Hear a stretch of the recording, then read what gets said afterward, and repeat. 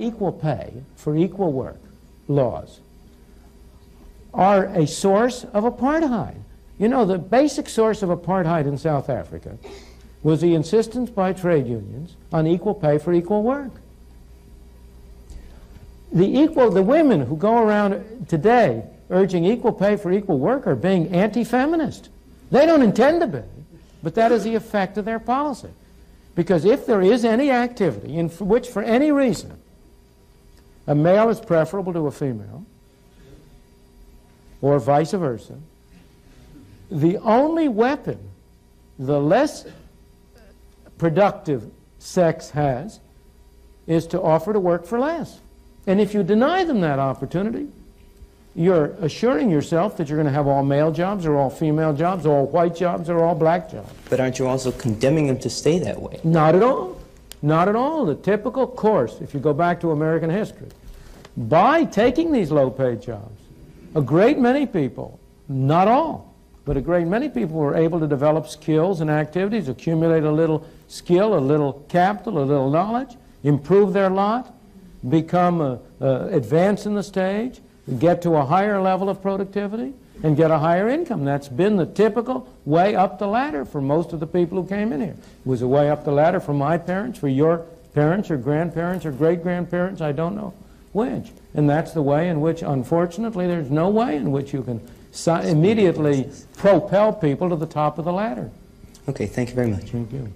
Mr. Friedman, referring to the statements that you made about women who advocate equal pay for equal work.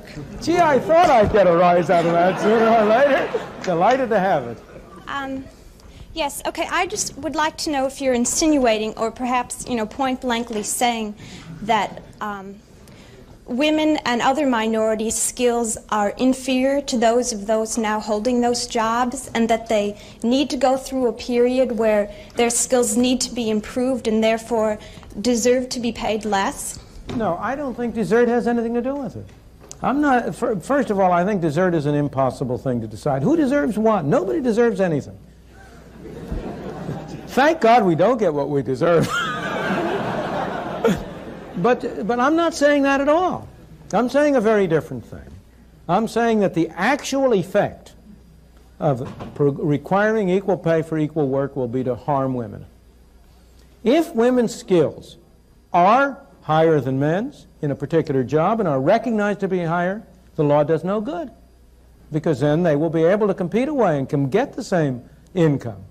If their skills are less for whatever reason, maybe it isn't because it's their sex, maybe it's because they were out of the labor force, maybe it's for other reasons, and you say the only way you are able to hire them is by paying the same wage, then you're denying them the only weapon they have to fight with. If the unwillingness of the men to hire them is because the men are sexist, what's the phrase, racist, sexist pigs or whatever, if that's the only reason they want to hire them, nonetheless, you want to make it costly to them to exercise their prejudice.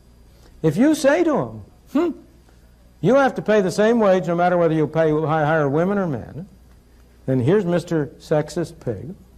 It doesn't cost him anything to hire men instead of women.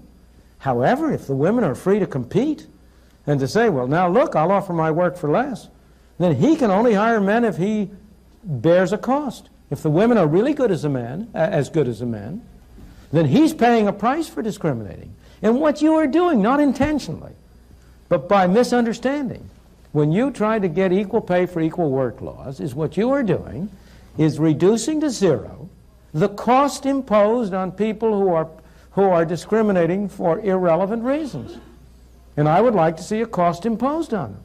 I'm on your side, but you're not.